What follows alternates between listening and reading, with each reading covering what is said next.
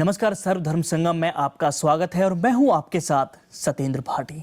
दर्शकों, इतिहास गवाह है कि हमारे देश में अनेक ऐसे संत एवं गुरु हुए हैं जिन्होंने मानव समाज को, विचारधाराओं को, उनकी पवित्रता और शालीनता का हुई अपना सब कुछ धर्म समझा है और सभी लोगों को उसी का पाठ ही पढ़ाया है। साथ ही मानवता भलाई के कार्य करने के लिए भी लोगों को प्रेरित किया है। यही वजह है कि आज भारत को दुनिया भर में विश्व गुरु देश के रूप में जाना जाता है। कैसे एक आम इंसान बन जाता है महान गुरु एवं संत? क्या है एक सच्चे संत की आध्यात्मिक परिभाषा?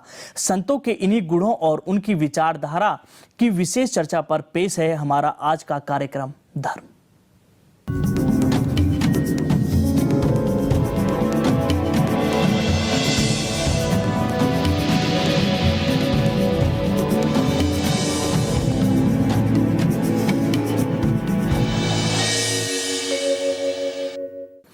गुरु गोविंद दो खड़े काके लागू पाए, बलिहारी गुरु आपने जिन गोविंद दियो मिलाए। जी हाँ, गुरु की महिमा अपरंपार है, उसका वर्णन शब्दों में किया ही नहीं जा सकता। गुरु एवं संत हमारे समाज में आदर्श का आईना होते हैं, जो हमें सत्य के मार्ग पर चलने की शिक्षा तो देते ही हैं, साथ ही प्रभु को पाने का मार्ग भी दिखाते हैं। इसलिए जरूरी है कि ऐसे संतों के सानिध्य में रहा जाए जिनके जीवन का मूल उद्देश्य मानवता की सेवा करना है।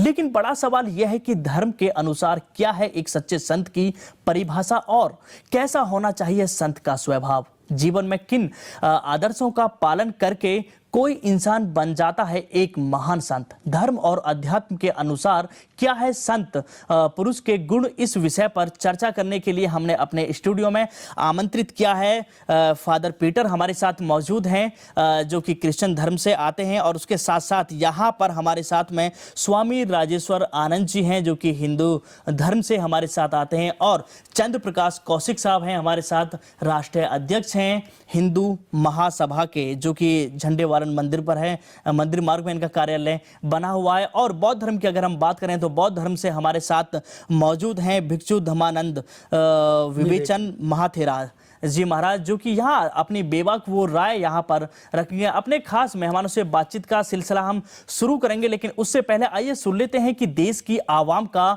संतों के विषय में क्या कुछ कहना है। हमारे यहाँ कहावत है कि आग लगी आकाश में झरझर गिरते अंगार, संत ना होते जगत में तो जल जाता संसार।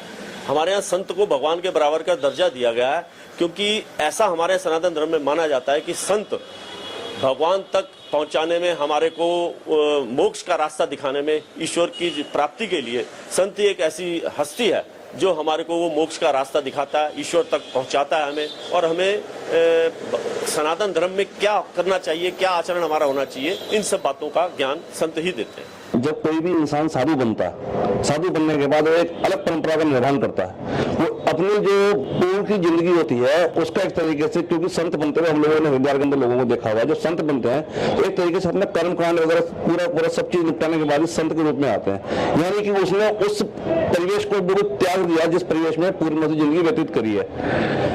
वर्तमान में एक संत के रूप में आज मैं सोचता हूँ कि संत का एक रूप होता है, भगवान के रूप में देखा जाता है। तो इस तरीके से संत को भगवान के रूप में मानना मैं सोचता हूँ बहुत अच्छी परंपरा है, लेकिन संतों को उस चीज का मान रखते हुए कि पब्लिक हमारे में भगवान के रूप में मानती है। संत को भगवान का दर्जा हमारे शास्त्र में इसलिए दिया गया है कि वो समाज का मार्गदर्शन करते हैं और उनको हमारी जो संस्कृति है, जो परंपराएं और हमारे ग्रंथ हैं, उनके बारे में उनका परिचय कराते हैं और उदात्त आचरण की उनको प्रेरणा देते हैं। जो हिंदू धर्म शास्त्रों का ज्ञाता भी हो और ईश्वरीय क्षेत्र का अनुभवात्मक ज्ञान प्राप्त कर चुका हो, वो संत है।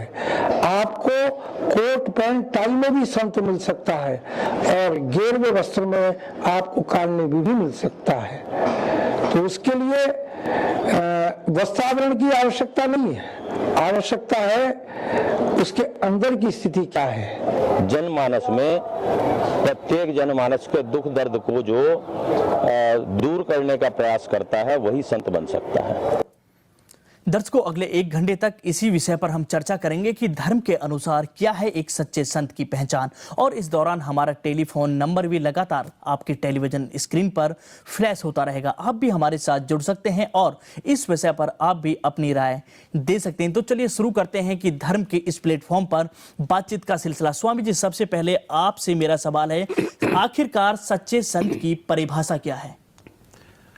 संत एक बड़ी छोटी सी एक बात है, वैष्णव जन ते ने कहिए जो पीर पराई जाने रहे हैं। संत की पहचान सादगी होनी चाहिए जी, सरलता होनी चाहिए, सहजता होनी चाहिए, ध्यान उसका परमात्मा के चरणों में होना चाहिए और जीवन का मकसद परोपकार परहित होना चाहिए। अब जब संत की बात करेंगे ना, संत की अगर परिभाषा की बात करेंगे तो जितनी पोथी, जितने ग्रंथ सभी धर्मों में बने हुए हैं, सभी संप्रदायों में बने हुए हैं, जितनी मर्जी चर्चा करेंगे ये कभी खत्म नहीं होगी।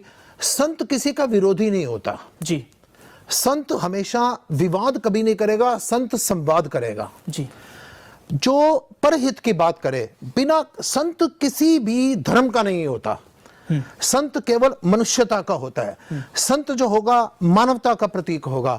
संत जो होगा उसका जीवन, जिसके अपने काम खत्म होगी, जो खाना भी खाता है वो अपने लिए नहीं खाता, वो अगर पेट भी भर रहा है तो केवल इसलिए कर रहा है कि अगर ये शरीर नहीं चलेगा तो मैं सबकी सेवा कैसे कर पाऊंगा। बस वो केवल उसका जब मकसद, जिस आदमी का, जिस इंसान का ये रह जाता है कि मेरा जीवन भी अब मेरा जो प्रसाद बन जाता है। प्रसाद क्या होता है? एक आदमी उसको खरीदता है, खरीद कर मंदिर में, गुरुद्वारे में, चर्च में, जहां मर्जी वो लेकर जाता है और उसके बाद वो सब में बांट दिया जाता है। इसी प्रकार से जो मनुष्य, जो आदमी भगवान का प्रसाद बन जाए, उसका जीवन फिर उसके अपने लिए, उसके परिवार के लिए, उसके धर्म के लिए, जो सारे समाज की एक भगवान की दी हुई गिफ्ट है, उसको हम संत कहें। संत कहते हैं। फादर पीटर, आपसे जानना चाहेंगे, कहते हैं कि अगर गॉड को पाना है तो एक गुरु होना चाहिए, संत होना चाहिए।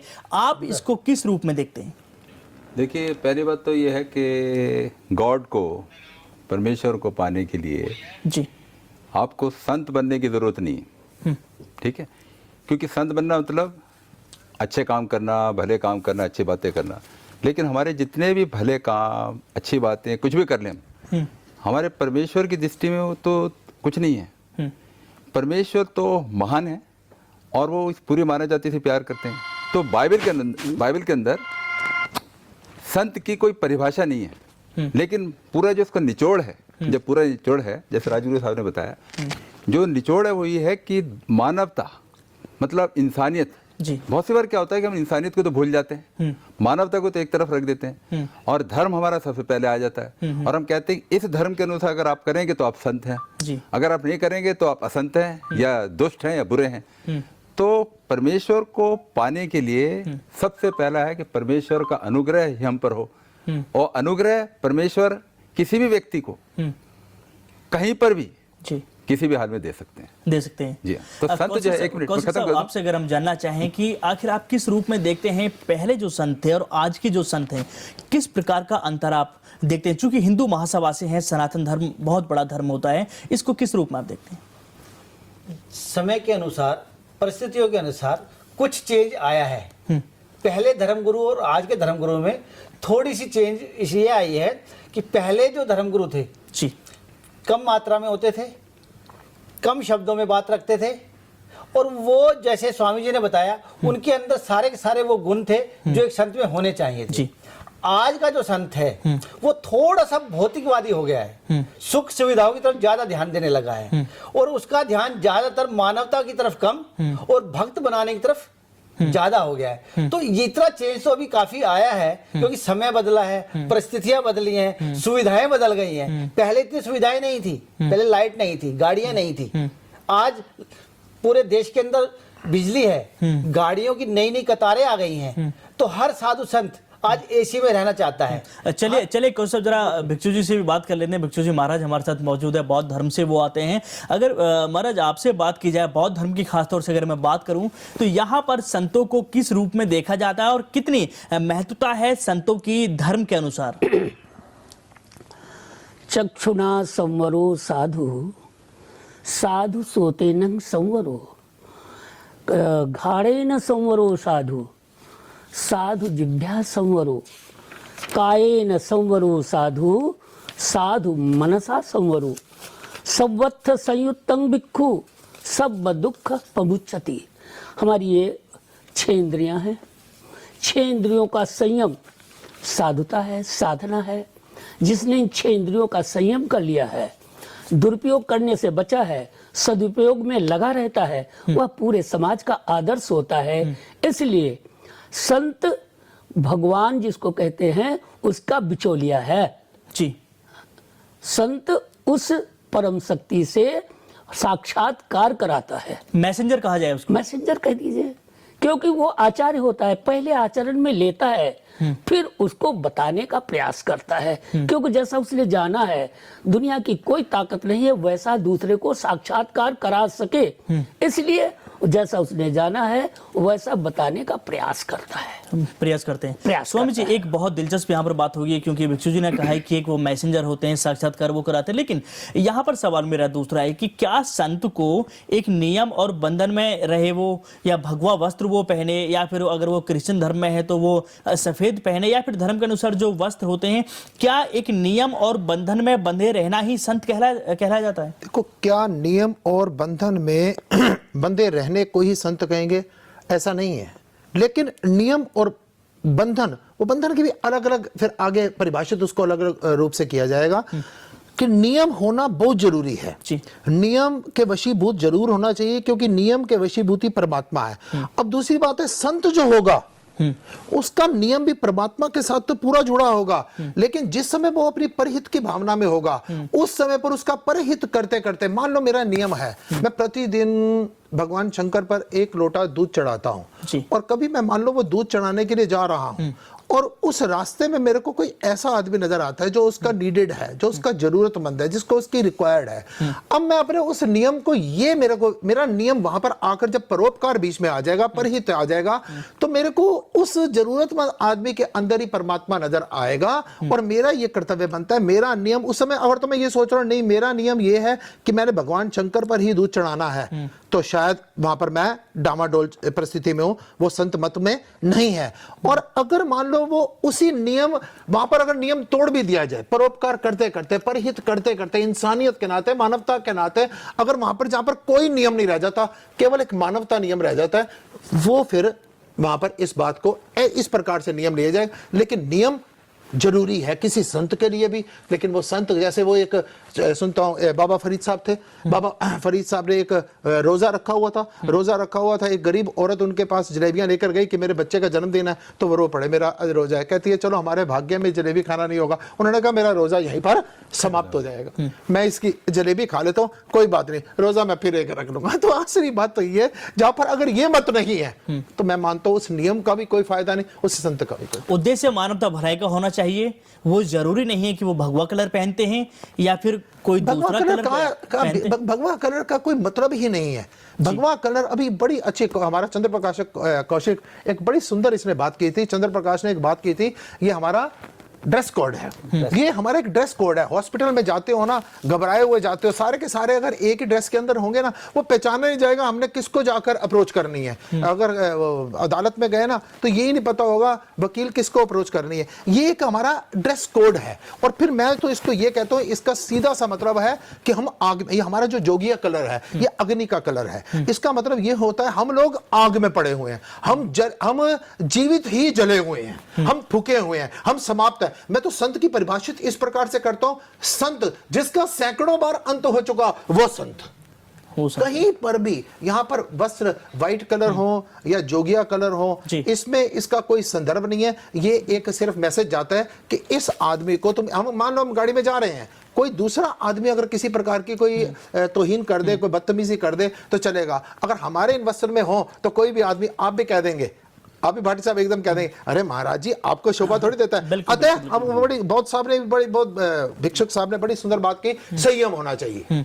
वो संत संयम, तो ये हमारे को संयम सिखाता है। ये कुत्ते के गले में एक पटा बंधा हुआ है। संयम, माफ कीजिए, ऐसी भाषा का हम इस्तेमाल नहीं करेंगे, लेकिन क्योंकि महान माना गया है, हमारे सभी धर्मों में संतों को एक बड़ी उपाधि दी गई है। कौशिक साहब के पास ही मैं आऊंगा। वस्त्रों का इसमें महत्व इसलिए हो जाता है कि संत एक गृहिणी भी संत हो सकता है जी, लेकिन जिसने वस्त्र धारण कर लिए उसके लिए पूरा संसार ही एक अपना रस हो परिवार गया है, अपना परिवार क्योंकि है। जैसे मेरे पिताजी थे, मेरी दृष्टि में वो संत थे, क्योंकि ना वो कभी गलत बोलते थे, ना कभी उनका गलत आचरण था, ना कभी वो तेज बोले, ना कभी उन्होंने जीवन में 1 रुपया कहीं से कि यहाँ से रिश्वत के तौर पे या किस तरह से लिया।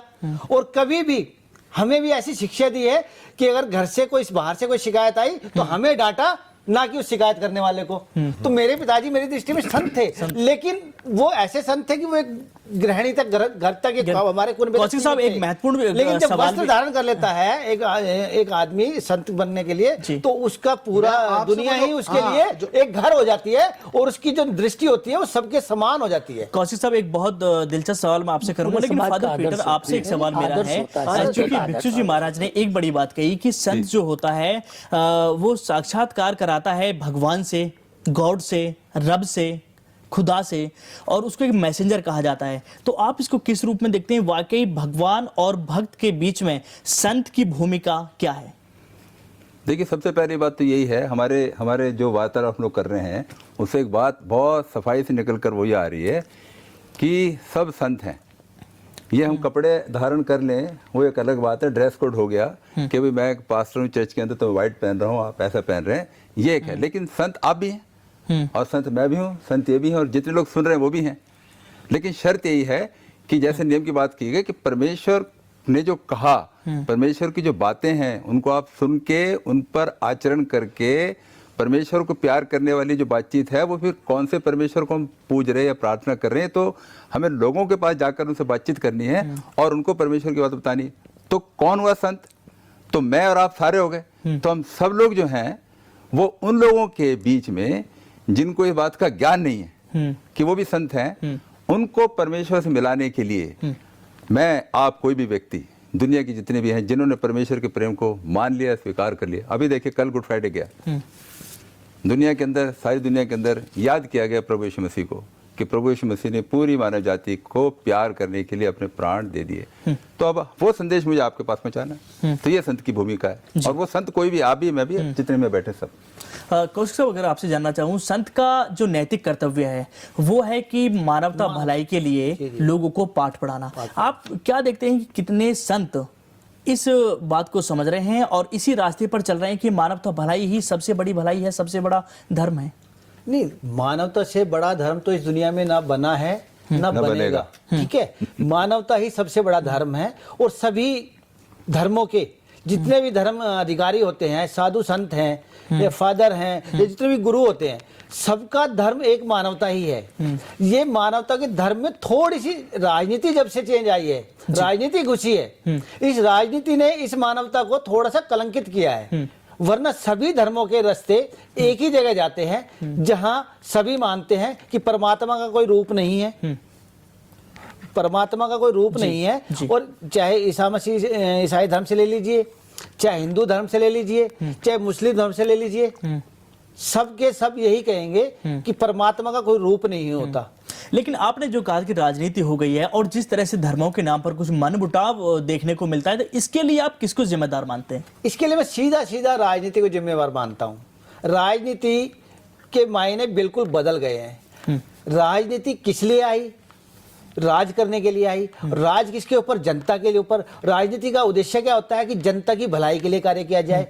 आज टोटल राजनीति के मायने बदल गए हैं। जनता को बेवकूफ बनाकर अपनी पार्टी, जो भी कोई राजनीतिक पार्टियां हैं जितने भी, हम सत्ता में कैसे आए, उसके लिए जनता को कैसे उल्लू बनाया जाए, कैसे उसको आपस में लड़ाया जाए, कैसे उसका बंटवारा किया जाए, धर्म का इस्तेमाल उसके अंदर जो धर्म का इस्तेमाल किया गया है। चलिए भिक्षु जी महाराज से जरा समझ लेते हैं। महाराज जी, आप इसको किस रूप में देखते हैं कि वाकई ही जो मनमुटाव पैदा होने लगे हैं धर्म के नाम पर, उसके लिए कौन जिम्मेदार है और उसको कैसे रोका जा सकता है? देखिए, सीधी सी बात यह है, इंसान को, आदमी को आदमी से प्यार होना चाहिए और आदमी को आदमी के काम आना चाहिए। प्राणी मात्र में मानव सर्वश्रेष्ठ है। इसलिए सभी प्राणियों के प्रति करुणा दया रखना चाहिए जी। अपने से ज्यादा उनकी सुरक्षा करना चाहिए। अपना अगर बलिदान भी हो जाए इन सबके प्राणियों की रक्षा में तो सहर्ष स्वीकार कर लेना चाहिए, स्वीकार कर लेना चाहिए और स्वीकार कर लेना चाहिए। हम नहीं रहें कोई बात नहीं, लेकिन संसार के सभी प्राणी सलामत रहें, इसके लिए हमें प्रयत्नशील रहना चाहिए। लेकिन भिक्षु साहब, आखिरकार ऐसे कौन लोग हैं जो कि धर्मों के नाम पर मनमुटाव पैदा करते हैं? देखिए, आजकल जो बनावटीपन आ गया है, जो भी बात चली बनावटीपन, हम अपने उद्देश्य की पूर्ति करना चाहते हैं, वह किस रूप से, किस वस्त्र से बना करके हम अपने उद्देश्य की पूर्ति कर लेंगे, हम उसको में दक्ष होना चाहते हैं। यही हो गया है। आज साधु साधु नहीं रह गया है, वो साधना के लिए नहीं आया है, वो अपने किसी उद्देश्य की पूर्ति के लिए आया है, और उसके उद्देश्य की पूर्ति हो रही है। हम हजार समझाएं, हजार उपदेश दें, वो सुनने वाला नहीं है। चलिए महाराज जी, एक कॉलर हमारे साथ जुड़ चुके हैं, वृंदावन से हैं, श्री राम मुदगल हैं। मुदगल जी, बहुत बहुत स्वागत है आपका, क्या कहना चाहते हैं आप? चलिए, मुदगल साहब से हमारा संपर्क टूट गया है। लेकिन यहाँ पर स्वामी जी, अगर मैं आपसे समझना चाहूँ, एक सच्चे संत के अंदर किन गुणों का होना बेहद अनिवार्य है? एक सच्चे संत के अंदर किन गुणों का होना बेहद अनिवार्य है, वो मैंने आपसे पहले ही कहा कि वो जब भी किसी की सेवा करे, वो किसी मनुष्य की सेवा ना करे जी, कभी भी किसी मनुष्य की सेवा ना करें। फिर? क्योंकि जब भी मनुष्य की सेवा की जाएगी, जब भी हम किसी आदमी की सेवा करेंगे, तो हमारी इच्छा ये रहेगी कि इसके बदले ये भी हमारे साथ कुछ ना कुछ हमारे को सैल्यूट मारे, कुछ भी नहीं, कम से कम मेरे को इतना तो माने कि भाई मैंने इसको हेल्प की है। हम जब भी किसी की सेवा करें, संत का कर्तव्य ये बनता है, हरि व्यापक सर्वत्र समाना। मैं जिसकी भी सेवा कर रहा हूं, ये प्रभु आज मेरे सामने जो भी आया है ना, ये परमात्मा ही साक्षात मेरे को सेवा का अवसर प्रदान करने के लिए आया है। हमको इस भाव से करना चाहिए। संत वो कि जिसके नेत्रों में जल रहे। नहीं, फिर किस तरह की? इंसान की सेवा नहीं करेंगे, सेवा भलाई नहीं करेंगे, उसके बारे में नहीं सोचेंगे, फिर किसके बारे में? यही तो कह रहे हैं कि जब भी किसी इंसान की सेवा करें, वो केवल किसी मनुष्य की सेवा ना करें, उसके अंदर जो बैठा हुआ परमात्मा है उसकी सेवा करें। हम ये ना सोचे हमने किसी आदमी की हेल्प की है, हम सोचे ये साक्षात परमात्मा ही हमारे से सेवा लेने के लिए आए। क्योंकि जब भी किसी मनुष्य की सेवा करेंगे, इसका मतलब वो लोअर पर हो जाएगा, हम अपर पर हो जाएंगे। हम अपने आप को कहीं पर बड़ा सिद्ध करने की कोशिश में लगे रहेंगे। हम बड़े नहीं है, वो बड़ा है कि उसने हमारे को सेवा का अवसर प्रदान किया। वो कोई मनुष्य नहीं है, वो साक्षात परमात्मा ही हमारे द्वार पर चलकर आया है, हमारी परीक्षा लेने के लिए, हमारे को अवसर देने के लिए, हमारे को निमित्त बनाने के लिए, हमारे को मौका देने के लिए। वो साक्षात परमात्मा ही समझकर उसकी सेवा करे। कभी ये समझ के मत करे मैंने किसी गरीब की सेवा की।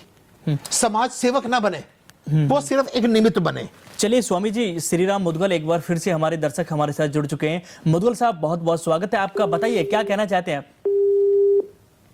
फिर से शायद इनसे संपर्क हमारा टूट गया है जी। लेकिन स्वामी जी, जैसे कि आपने कहा कि यहाँ पर वो मानव यानी कि इंसान की सेवा ना करे ताकि उसके अंदर अहम ना आए, वो समझे कि उसके अंदर परमात्मा है और वो परमात्मा की सेवा कर रहे हैं। चलिए, यहाँ पर बहुत दिलचस्प बात है, लेकिन इसमें भी हम आगे बढ़ाएंगे कि आखिरकार फिर जो इंसान है जिनकी सेवा करना जो संत अपना परम धर्म समझते हैं, उसके बारे में भी जो तमाम हमारे मेहमान हैं उनसे भी हम बातचीत करेंगे। लेकिन यहाँ वक्त हो गया एक छोटे से ब्रेक का, जल्द हाजिर होते हैं थोड़े से ब्रेक के बाद।